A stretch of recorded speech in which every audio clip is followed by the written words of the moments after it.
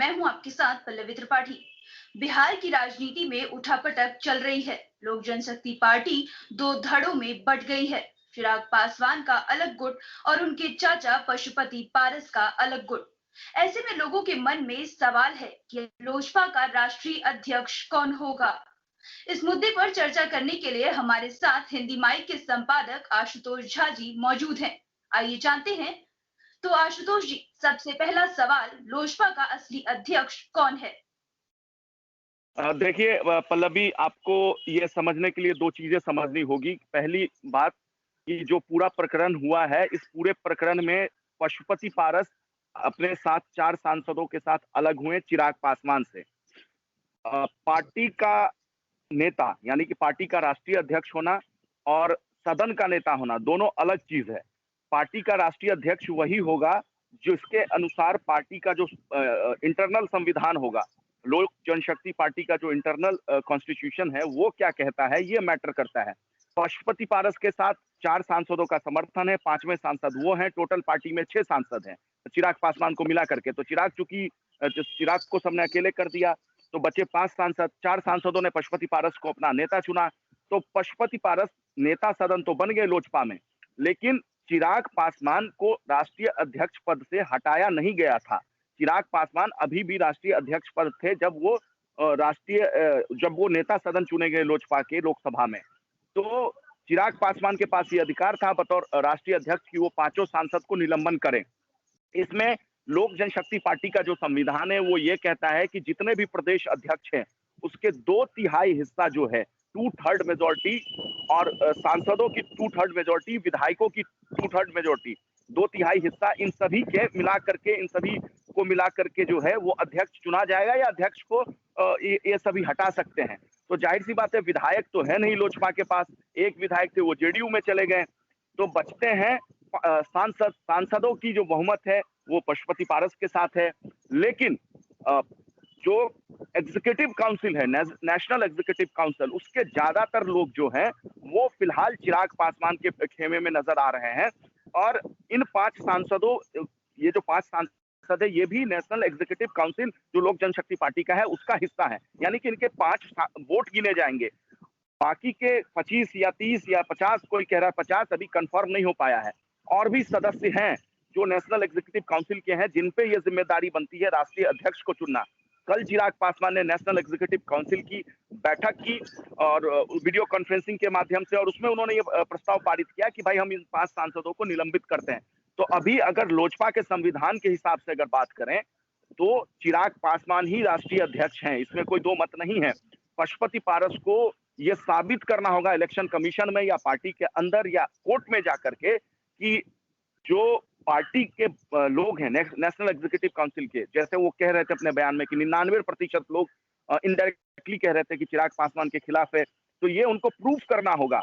और बकायदा उनको राष्ट्रीय अध्यक्ष पद से वो तभी हटा सकते हैं या नया राष्ट्रीय अध्यक्ष तभी बन सकता है। तो टेक्निकली अगर आप देखें लोजपा के संविधान के हिसाब से तो चिराग पासवान नो डाउट अभी भी राष्ट्रीय अध्यक्ष हैं। हालांकि अब जो पारस गुट है वो अलग दावा कर रही है कि उन्होंने सूरजभान सिंह को कार्यकारी अध्यक्ष बना दिया। अब 5 दिन के बाद खबर आ रही है कि नेशनल एग्जीक्यूटिव काउंसिल की बैठक बुलाई जाएगी पशुपति पारस के तरफ से। तो अब नेशनल एग्जीक्यूटिव काउंसिल में फिलहाल कल बैठक हुई, चिराग पासवान बैठक की और उन्होंने ये दावा किया कि हम इन 5 सांसदों को निलंबित कर देते हैं। तो राष्ट्रीय अध्यक्ष इस पे अभी भी चिराग पासवान ही है, क्योंकि उनको ना तो हटाया गया था, ना जो कार्यकारी अध्यक्ष बनाया गया। वो कार्यकारी अध्यक्ष कौन बना सकता है? वो कार्यकारी अध्यक्ष सिर्फ अध्यक्ष बना सकता है या नेशनल एग्जीक्यूटिव काउंसिल बना सकती है। पशुपति पारस पार्टी में किसी पद पे नहीं थे, वो पार्टी के सांसद थे। तो पशुपति पारस के पास टेक्निकली ये अधिकार नहीं है कि वो किसी को कार्यकारी अध्यक्ष बना दे। वो नेता सदन चुने गए थे। वो किसी भी पार्टी में विधायकों का, सांसदों का आना जाना लगा रहता है, लेकिन पार्टी का राष्ट्रीय अध्यक्ष वही तय करेगा जो नेशनल एग्जीक्यूटिव काउंसिल के जो सदस्य हैं। वो जो लोजपा के जो संविधान है, हालांकि मैं इसके बारे में बहुत ज्यादा क्लियर नहीं हूं, लेकिन जो लोजपा के तमाम नेताओं से बात हुई है उसके मुताबिक चिराग पासवान के पास फिलहाल लोक जनशक्ति पार्टी है। अब इस पे ये होगा कि पशुपति पारस दावा करेंगे कि भैया ये पार्टी जो है मेरी है, मैं इसका अध्यक्ष हूं या इस पार्टी ने मुझे नेता चुना है। और उसके बाद ये मामला जो है वो चिराग, जाहिर सी बात है चिराग गुट मानेंगे नहीं, तो मामला जी जाएगा इलेक्शन कमीशन में या न्यायालय के सामने जाए। लेकिन वर्तमान में चिराग पासवान की लोक जनशक्ति पार्टी है और वही राष्ट्रीय अध्यक्ष है। जी, बिल्कुल। हमारे पास इस वक़्त एक और बड़ा सवाल है कि चिराग पासवान और पशुपति पारस का भविष्य आगे क्या होगा? हम्म, देखिए, पशुपति पारस का भविष्य तो पहले ही क्लियर हो गया था। उन्होंने बगावत ही इसलिए की थी क्योंकि उनको मंत्री बनना था। नीतीश जी, कुमार से उन्होंने हाथ मिलाया है। अप्रत्यक्ष रूप से वो लोग कबूल नहीं कर रहे हैं।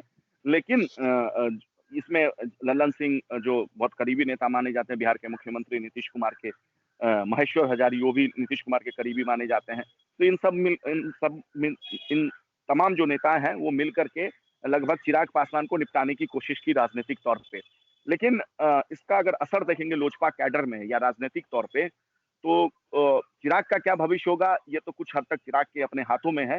लेकिन इसका एक सहानुभूति चिराग पासवान को मिला है क्योंकि उनके पिता की मृत्यु के अभी 1 वर्ष भी पूरे नहीं हुए हैं और वो लगातार नीतीश कुमार के खिलाफ हमलावर हैं। तो आने वाले समय में वो जनता के बीच जाएंगे, अपने कार्यकर्ताओं के बीच जाएंगे और ये कहेंगे कि देखिए, मेरे पिता के देहांत को 1 वर्ष भी नहीं हुआ था और मंत्री पद के लिए मैं जब बीमार था, जब मैं बिस्तर पे था, तब मेरे खिलाफ साजिश रची गई और मेरे साथ ऐसा-ऐसा हुआ। क्या मुझे नीतीश कुमार के जो उनके कामकाज की जो कमियां हैं उसके खिलाफ आवाज उठाने की मुझे ये सजा मिली है और इस तरीके से और कहीं ना कहीं सहानुभूति जो है वो चिराग पासवान की तरफ शिफ्ट होता हुआ नजर आ रहा है। लोजपा के अधिकांश जो कैडर है जिनसे मैं बात कर रहा हूँ बिहार में, वो चिराग पासवान के साथ मेरी बहुत सारी नेताओं से, बहुत सारे जिला अध्यक्षों से बात हुई है। वो ये कह रहे हैं कि हम तो भैया चिराग पासवान को ही नेता मानते हैं और वही हमारे नेता हैं और वही रामविलास पासवान के उत्तराधिकारी हैं। तो चिराग पासवान को, पशुपति पारस को इस तमाम घटनाक्रम से ये होगा कि ज्यादा से ज्यादा उनको मंत्री पद मिल जाएगा। लेकिन पशुपति पारस ने ठीक उसी तरीके से चिराग पासवान को बड़ा नेता बना दिया जिस तरीके से नीतीश कुमार एक जमाने में जब महागठबंधन से अलग हुए थे कुछ वर्ष पहले, तो उसके बाद जिस तरीके से तेजस्वी यादव नेता बनकर के उभरे थे, चिराग पासवान भी उससे उसी तरीके से एक वैसे बड़े नेता माने जाते हैं बिहार के, नो डाउट। लेकिन और उनकी जो छवि है वो एक बड़े नेता के तौर पे निखर के आएगी सामने अगर वो इस पूरे घटनाक्रम को कैश कर लेते हैं। अब बीच में एक चीज मैं आपको जोड़ना चाहूंगा आपके पहले सवाल का कि देखिए अब खबर क्या आ रही है। खबर इस बीच में ये भी है कि ऐसा ना हो कि अब नीतीश कुमार ये कहें कि भैया आप जेडीयू में शामिल होइए तब हम आपको मंत्री बनाएंगे। तो अभी बहुत सारे सस्पेंस हैं बिहार की सियासत में, देखना होगा। लेकिन मैं ये कहूंगा कि इसमें पशुपति पारस को भी कुछ ना कुछ मिल गया, मंत्री में बन जाएंगे अगर बनते हैं तो। चिराग पासवान के पास सहानुभूति कार्यकर्ताओं की मिल गई और एक बड़े नेता के तौर पे वो उभरेंगे अगर उन्होंने मेहनत किया तो। लेकिन जिन सांसदों का भविष्य खत्म है वो है कह सकते हैं कि अब प्रिंस राज, जो कि चचेरे भाई हैं और कल लेटर में जिस तरीके से उन्होंने यौन शोषण का जिक्र किया स्वाति पटेल नाम की महिला की, और वो महिला तमाम बिहार के मीडिया हाउसेस को इंटरव्यू दे रही है और बाकायदा चिराग पासवान के आरोपों की पुष्टि भी कर रही है कि हाँ ऐसा हुआ है मेरे साथ और चिराग ने मेरे लिए कोई आवाज नहीं उठाई। हालांकि वो आरोप चिराग पे भी लगा रही है कि उन्होंने उनके लिए कोई आवाज नहीं उठाया, उन्होंने इस बात की जानकारी दी थी तो उन्होंने बोला हम करते हैं कुछ आपके लिए, लेकिन उन्होंने कुछ किया नहीं। तो प्रिंस राज को तो कमोवेश जो है लगभग एक चिट्ठी के माध्यम से चिराग पासवान ने निपटा ही दिया है उनका पॉलिटिकल करियर। ये प्रिंस राज के लिए भी एक बड़ी चुनौती हो गई है। पशुपति पारस मंत्री बन जाएंगे, चिराग राष्ट्रीय अध्यक्ष, अपना पार्टी हो सकता है उनको मिल जाए। लेकिन लेकिन अब इन 4 सांसदों का जो है वो भविष्य जो है पॉलिटिकल करियर वो कहीं ना कहीं उस पर प्रश्न चिन्ह लगता हुआ नजर आ रहा है। पल्लवी। जी। जी, धन्यवाद आशुतोष जी। उम्मीद है कि दर्शकों को आपके उनके सवालों का जवाब मिल गया होगा। फिलहाल इतना ही। खबरों का सिलसिला यूं ही जारी रहेगा। देश और दुनिया की तमाम खबरों के लिए बने रहिए हमारे साथ और देखते रहिए हिंदी माइक। अगर आप हमारी वीडियो यूट्यूब पर देख रहे हैं तो चैनल को सब्सक्राइब करें और फेसबुक पर देख रहे हैं तो पेज को लाइक करना ना भूलें।